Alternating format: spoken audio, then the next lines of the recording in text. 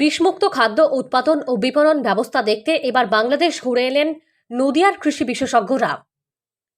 বাংলাদেশ ও জাপানের কিছু কৃষি বিজ্ঞানীরা গত 21শে জুলাই 2023 এসেছিলেন নদিয়ার শান্তিপুরে। শান্তিপুরের বিষমুক্ত খাদ্য বাজার, কৃষক স্বরাজ সমিতির আন্দোলন, বেশ কিছু কৃষকের দেশীয় বীজের রাসায়নিক বর্জিত জৈব সারে সম্পূর্ণ দেশীয় পদ্ধতিতে চাষ এদেশে কিভাবে হচ্ছে তা মূলত পর্যবেক্ষণ করতেই তাদের আশা। শহরের 24 নম্বর ওয়ার্ড ব্লকের বাগাছড়ায় সৌরচালিত পাম্পের সেচ ব্যবস্থা ঘুরে দেখেন তারা। বিষমুক্ত খাদ্য বাজারে এসে ক্রেতাদের সঙ্গে কথা বলেন নানান সুবিধা অসুবিধা নিয়ে। তারা আমাদের কাজকর্ম দেখে গেছিলেন। জাপান থেকেও একটা টিম এসেছিলেন, আমাদের কাজকর্ম দেখেছিলেন। দেখে গিয়ে তাদের ভালো লেগেছিল যে আমরা হয়তো খানিকটা লড়াইয়ে 2-4 পা আগাচ্ছি। ওরা সেই হিসাবে আমাদেরকে আমন্ত্রণ করেছিলেন। আমরা গেছিলাম বাংলাদেশের 16টা গ্রামে। আমরা পরিদর্শন করেছি, কৃষকদের সঙ্গে কথা বলেছি, তাদেরকে বোঝানোর চেষ্টা করেছি এবং তারাও আস্তে আস্তে চেষ্টা করছে যে দেশীয় বীজ, জৈব সারের চাষ করা, কেমিক্যাল থেকে বের হওয়ার। কৃষক স্বরাজ সমিতির বিভিন্ন কৃষকদের সঙ্গে আলাপ আলোচনা করেন তাদের দেশের চাষ এবং এদেশের চাষের মধ্যে বিভিন্ন বৈষম্য নিয়ে। বেশ কিছু গুরুত্বপূর্ণ বিষয় আদান প্রদান করেন নিজেদের মধ্যে।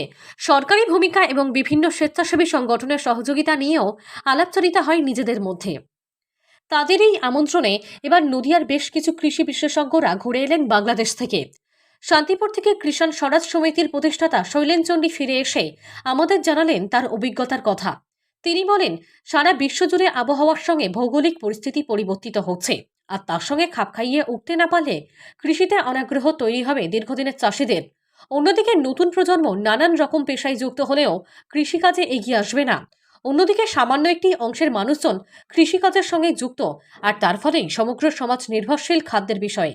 তাই দেশীয় বীজ, দেশীয় পদ্ধতিতে কেমিক্যাল এবং রাসায়নিক বাদ দিয়ে এই মাছ বাড়ার জন্য কেমিক্যাল কোনো খাবার দেন না? না, মাছ বাড়ার জন্য কেমিক্যাল না, তো ওই সরিষার খোল আছে ওইটা। জৈব সার দিয়ে চাষ করার প্রয়োজন দেখা দিয়েছে। সেক্ষেত্রে শান্তিপুরে গড়ে ওঠা বিষমুক্ত খাদ্য বাজারে দিনের পর দিন ক্রেতাদের ভিড় দেখলে বোঝা যায় ছোট্ট একটি অংশ হলেও সচেতন নাগরিক আছেন অনেকেই।